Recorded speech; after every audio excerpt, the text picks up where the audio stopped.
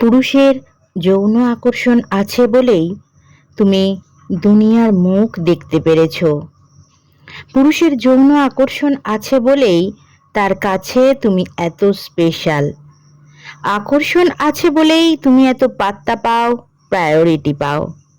পুরুষের যৌন আকর্ষণ আছে বলেই তুমি রাস্তায় সেজে গুজে বের হও, যাতে পুরুষেরা তোমায় দেখে মুগ্ধ হয়।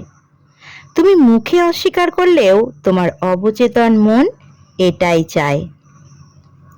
পুরুষের যৌন আকর্ষণ আছে বলেই তুমি বিপদে পড়লে বহু পুরুষ এগিয়ে আসে সাহায্যের জন্য।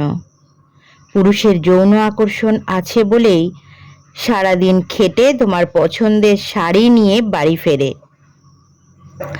দু লাইনের ছন্দ লিখে অথবা কয়েকটা সেলফি দিয়ে যে শত শত রিয়্যাক্ট পাও, সে পুরুষের যৌন আকর্ষণ আছে বলেই। সাদা চামড়াকে পুঁজি করে স্বল্প বাসনা হয়ে যে সেলিব্রিটি বনে যাও, সে পুরুষের যৌন আকর্ষণ আছে বলেই।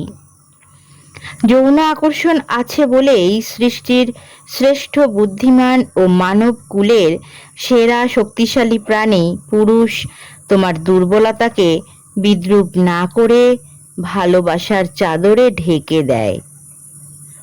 যৌন আকর্ষণ আছে বলেই পুরুষ তোমাকে ভালোবাসে, সমীহ করে চলে।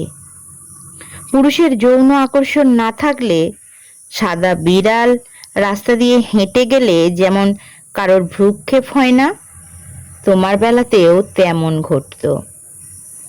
যৌন আকর্ষণ না থাকলে পুরুষ এতটাই ডমিনেটিং হতো যে নারী জাতি তথা মানব জাতি বিলুপ্ত হয়ে যেত। যৌন আকর্ষণ না থাকলে প্রতিটি পুরুষ হতো নারী বিদ্বেষী।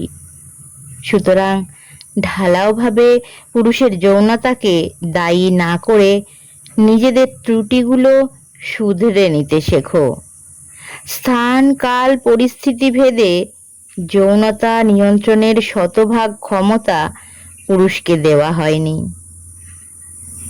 কণ্ঠে কৃষ্ণা।